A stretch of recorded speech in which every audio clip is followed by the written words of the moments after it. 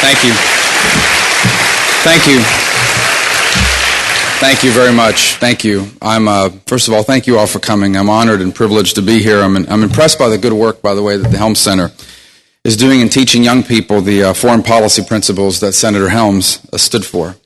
And I'm honored by this opportunity to speak to you for a few moments, 8.5 months into my Senate career, on what I think is a historic and important moment in American history. And I hope by the end of our time here together tonight that we'll all share that belief, irrespective of where we fall on the individual issues. You know, I've come to deeply appreciate Jesse Helms' willingness to fight for his views, particularly in foreign policy, and his unwillingness to compromise on matters of basic principle. That made him rare in Washington, and it also made him influential. I want to read what a distinguished journalist once wrote. It said that his relentless, unswerving application of conservative principles to practically every issue is what made him a major player in Washington and in national politics. Now, Jesse Helms, in particular, was an unswerving champion of freedom fighters. When he was still a junior senator, he and former governor of California, a fellow named Ronald Reagan, they worked together to introduce something called the Morality and Foreign Policy Plank to the 1976 Republican platform. Here's what it said. It said, "The goal of Republican foreign policy is the achievement of liberty under law and a just and lasting peace in the world. The principles by which we act to achieve peace and to protect the interests of the United States must merit the restored confidence of our people." It also said that we must face the world with no illusions about the nature of tyranny. And it pledged that ours will be a foreign policy that keeps this ever in mind. Now, remarkably, this was controversial in the 1970s, the era of détente, of defeat, and of retreat. The idea of placing morality at the center of our dealings with other nations was derided by supposed sophisticates as unrealistic and uninformed. But then Ronald Reagan took these words to heart, and he made them the center of his foreign policy. A foreign policy that even his critics now admit was remarkably successful. President Reagan challenged the evil empire. "Tear down this wall," he demanded, and it came down. He won the Cold War not by coddling dictators, but by confronting them, and by standing up for the principles that have defined us since the formation of our great republic. As I think about the challenges of the 21st century, challenges that range from upheavals in the Middle East to the fiscal crisis back home, I am mindful of Ronald Reagan's example and of Jesse Helms. I'm guided by their understanding that America's strength lies in its ideals, and that if we are to make this century another American century, then we must be prepared to fight for those ideals. Now, fundamentally, I believe that the world is a better place when the United States of America is strong and prosperous. Now, I don't believe that America has the power or means to solve every issue in the world. But I do believe that there are some critically important issues where America does have a meaningful role to play in resolving crisis that are tied to our national interests. If we refuse to play our rightful role and shrink from the world, America and the entire world will pay a terrible price. And it is our responsibility to clearly outline to the American people what our proper role in the world is and what American interests are at stake when we engage abroad. At the core of our strength are the self-evident truths of the Declaration of Independence, that all men are created equal, that they are endowed by their Creator with certain inalienable rights, that among these are life, liberty, and the pursuit of happiness, that governments exist to secure these rights, and that it derives its just powers from the consent of the governed. But these are not just our rights as Americans. These are the rights of all human beings. Nurtured in 13 embattled colonies along the eastern seaboard more than 2 centuries ago, the blessings of liberties have since spread to more than 100 countries around the world. Freedom's domain now stretches from Mexico to Mongolia. Some of the world's democracies are ancient nations. Others are more recent in origin. Some are poor, others are rich, some are Christian, other Muslim, Jewish, Buddhist, Confucian, Hindu, all united by their respect for certain fundamental human rights, even if they do not always achieve in practice the ideals they seek to honor. America should take pride in knowing that so many of the freedom movements we have seen around the world since 1776 draw their inspiration from the courage and the words of our founding fathers. The honor roll of free countries does not yet include the land of my parents or grandparents, Cuba. But that, I believe, is only a matter of time. Because sooner or later the tides of freedom will wash against the shores of this island nation that has been trapped for too long in a prison constructed by Fidel and Raul Castro. So why am I so confident about the future? Because in our time we have seen how dictatorships have fallen and democracies risen, even in the most unpromising surroundings. Just in the past year, in the Middle East, the region whose governments have been most resistant to freedom, we have seen the first stirrings of democratic upheavals. Now, we do not know how the Arab Spring will ultimately turn out, but it has already proven one thing, that no faith, no ethnicity, no region, and no people are immune to the fundamental desire to control their own destiny. As dissidents and freedom fighters battle dictators around the world, they look for support to the greatest democracy in the world. And America must answer their call. We do not seek to impose our vision of government. We do not insist that every nation must have a presidency, a Supreme Court, or a bicameral legislature, nor do we have any intention of using force to depose every despotic regime on the planet. But we must do what we can to champion the cause of freedom, not only with the power of our example, but also with our money and our resources, our ingenuity and our diplomacy, and on rare occasion, when there is no good alternative, and when our national interest is clearly at stake, our armed might. Without our commitment to the rights of man enunciated by our forefathers, what are we? Just another big, rich country. But when we champion our ideals, when we gain moral authority, and we gain physical security, you see, we may not always agree with our fellow democracies, but seldom, if ever, do we fight them. The more functioning democracies there are, functioning being the important quality, the easier we can breathe. States that do not respect the rights of their citizens seldom respect the rights of their neighbors. They become breeding grounds for all sorts of ills, from the trafficking of humans and drugs to contagious diseases and famine, from nuclear proliferation to terrorism that threaten our own security. Now, some suggest that America should heed the famous words of John Quincy Adams and go not abroad in search of monsters to destroy. The problem is, if America turns inward and ignores the monsters abroad, they are likely to come here. It happened in 1917 when German U-boats torpedoed American merchant ships. It happened in 1941 when Japanese aircraft bombed Pearl Harbor. And it happened 10 years ago when Al-Qaeda carried off the deadliest terrorist attack in history from a base in the Hindu Kush. If we do not have the luxury of ignoring developments in lands as remote as Afghanistan, then there is no corner of the world from which we can safely turn our backs. The fanatics who orchestrated the attacks of 9/11 were nurtured in lands that knew no freedom, in countries where for too long the people's pursuit of happiness had been subordinated to the ruler's pursuit of power. A lack of economic, social, and political opportunity helped to create the conditions that enabled a radical few, deluded by demented doctrines of hate, to commit mass murder simply to make a statement. The form of the threat was relatively novel.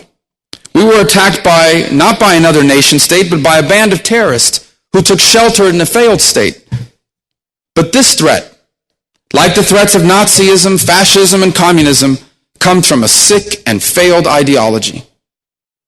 When Osama bin Laden's recent demise, the founder of Al-Qaeda joined a long list of tyrants, Adolf Hitler to Saddam Hussein, who have experienced for themselves the righteous wrath of a democracy, be stirred from its peaceful pursuits. Now, I applaud President Obama for ordering the raid that finally brought Osama bin Laden to his just fate.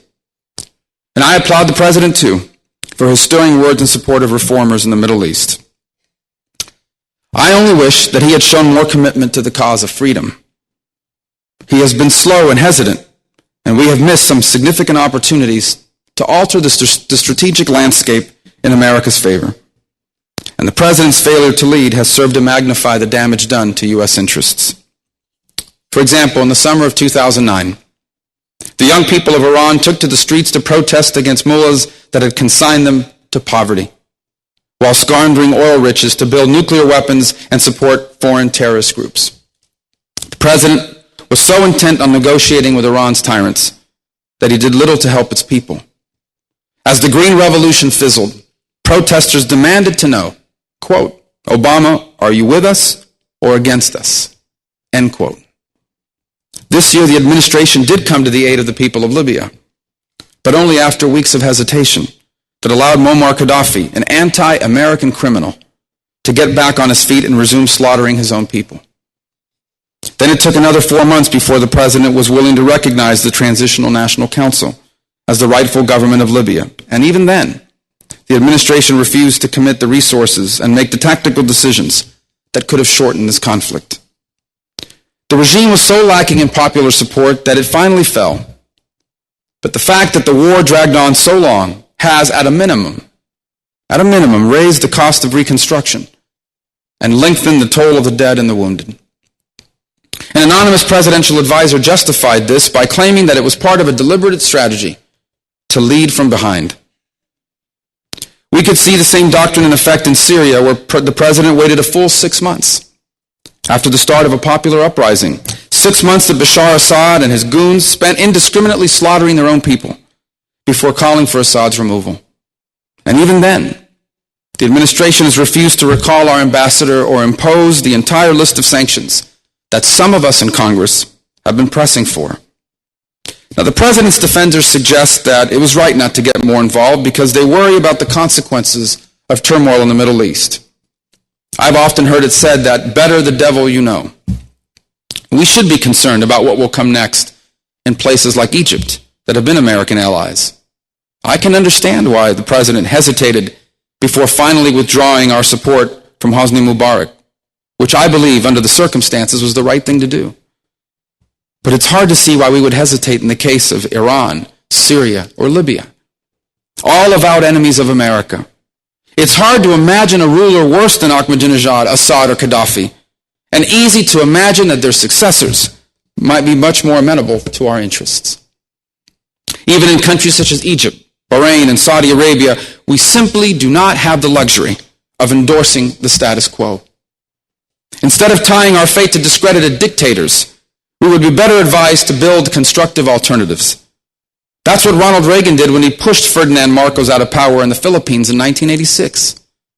The following year, he did the same thing when he helped push a military ruler out of power in South Korea and supported the transition to civilian rule. Today, South Korea is one of the world's freest countries and one of the richest. Yet only 40 years ago, it was poorer than North Korea and nearly as poor as Syria. Its transformation shows what is possible when free people are allowed to harness their full potential. This is the change that we must encourage in the Middle East. Now, unfortunately, the views of some of the protesters are distasteful. I certainly condemn the anti-Israel sentiments uttered by protest leaders, and I can understand why many Israelis are alarmed by the recent turn of events. Israel is one of America's closest allies in the world, and our closest and most reliable friend in the Middle East. It is a shining bastion of democracy, liberty, and opportunity in one of the most blighted parts of the world. But the naive strategy of trying to appease Islamist extremists like Iran and turning our back on Israel will only embolden our common enemies and weaken the prospects for peace and for democracy itself.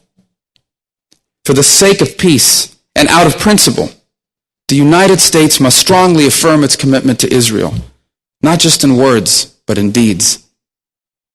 At the same time, however, the people of Tunisia, Egypt, Libya, Syria, Yemen, and other Middle Eastern lands are in the streets because they want a better life for themselves and their children. They aren't asking for the imposition of a Taliban-style rule. They're asking for the ballot box and an economic opportunity.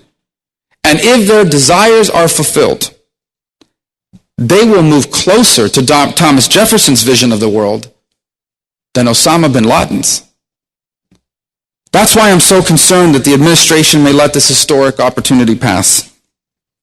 Now, I'm glad the president is trying to bring along our allies, but our allies will be the first to tell you that nothing important or difficult happens without American leadership.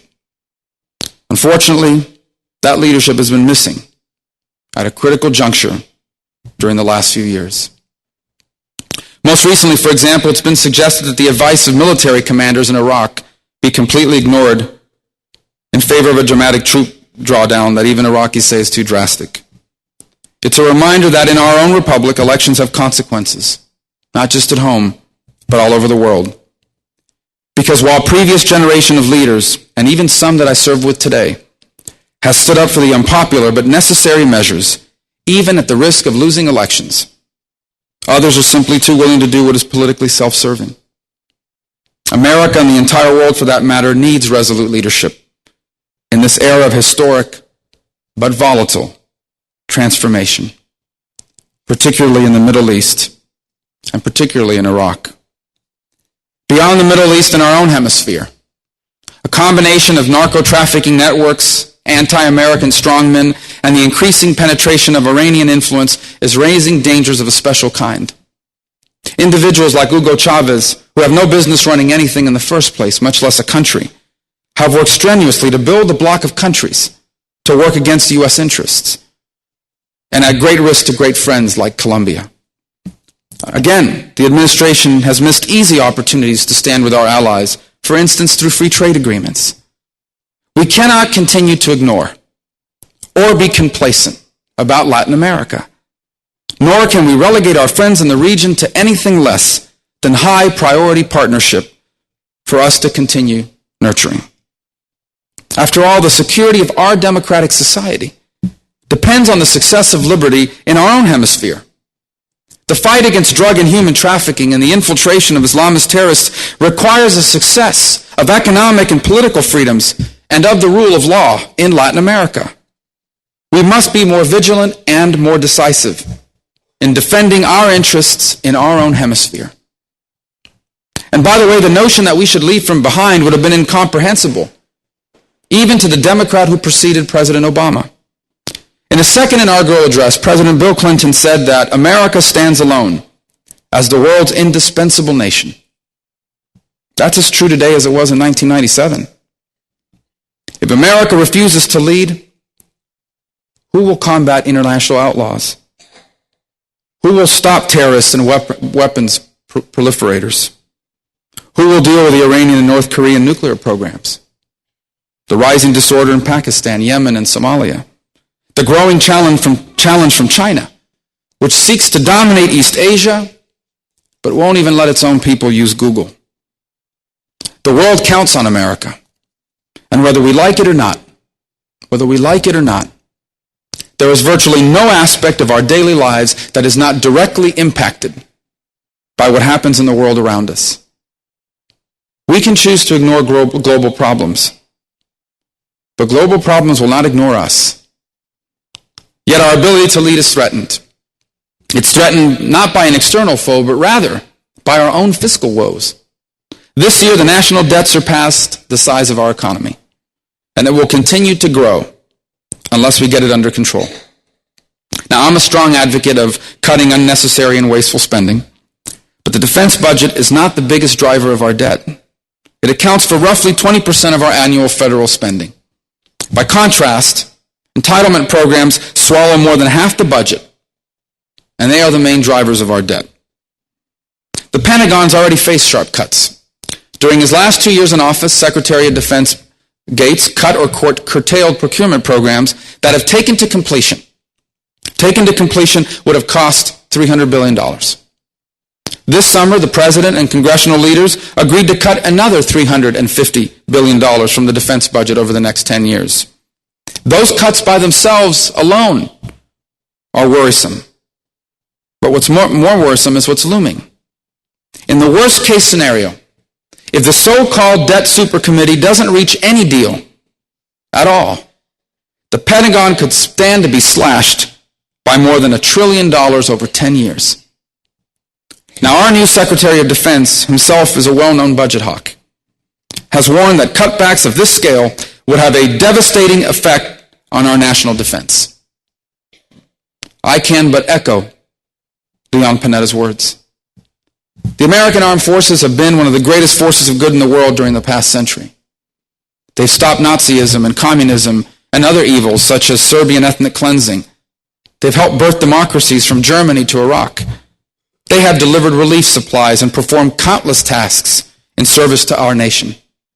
All they have ever asked for in return is that we provide them the tools to get the job done and that we look after them and their families. They have never failed us in our time of need. We must not fail them now. We must maintain a strong national defense. Foreign aid is also an important part of America's foreign policy leadership. And while we certainly must be careful about spending money on foreign aid, the reality is that it is not the reason we have a growing debt problem. If it is done right, and when done in partnership with the private sector and faith-based community, foreign aid spreads America's influence around the world in a positive way. Let me give you an example. The Bush administration's program to provide HIV medicine to Africa has not only saved lives, it has increased America's influence across the continent. These are allies in the future that can be our partners, not just in our political struggles on the world stage, but in economic trade. And a world where people are prosperous and free to grow their economies and pursue their own dreams is a better world for all of us. I began by quoting the words of Jesse Helms and Ronald Reagan. So in closing, let me recall the great words of one of the most important Democrat leaders of the 20th century, Harry S. Truman. In 1951, speaking to the New York Avenue Presbyterian Church in Washington, D.C., this is what he said. He said, I have the feeling that God has created us and brought us to our present position of power and strength for some great purpose. It is not given to us to know fully what that purpose is, but I think we may be sure of one thing, and that is that our country is intended to do all it can in cooperating with other nations to help create peace and preserve peace in the world. It is given to us to defend the spiritual values, the moral code, against the vast forces of evil that seek to destroy them. There are still vast forces of evil seeking to destroy us. The form of the threat has changed since Truman's time, but evil remains potent. And America remains the strongest line of defense, often the only line of defense. I pray that we will continue to find the wisdom and courage and resources to act effectively in the defense of our moral code, the same code that we share with all civilized people. The world needed a strong America in Truman's time. And if this is to be another American century, the world needs a strong America now. Because freedom cannot survive without us. Thank you so much for having me. May God bless all of you, and may God bless our country. Thank you.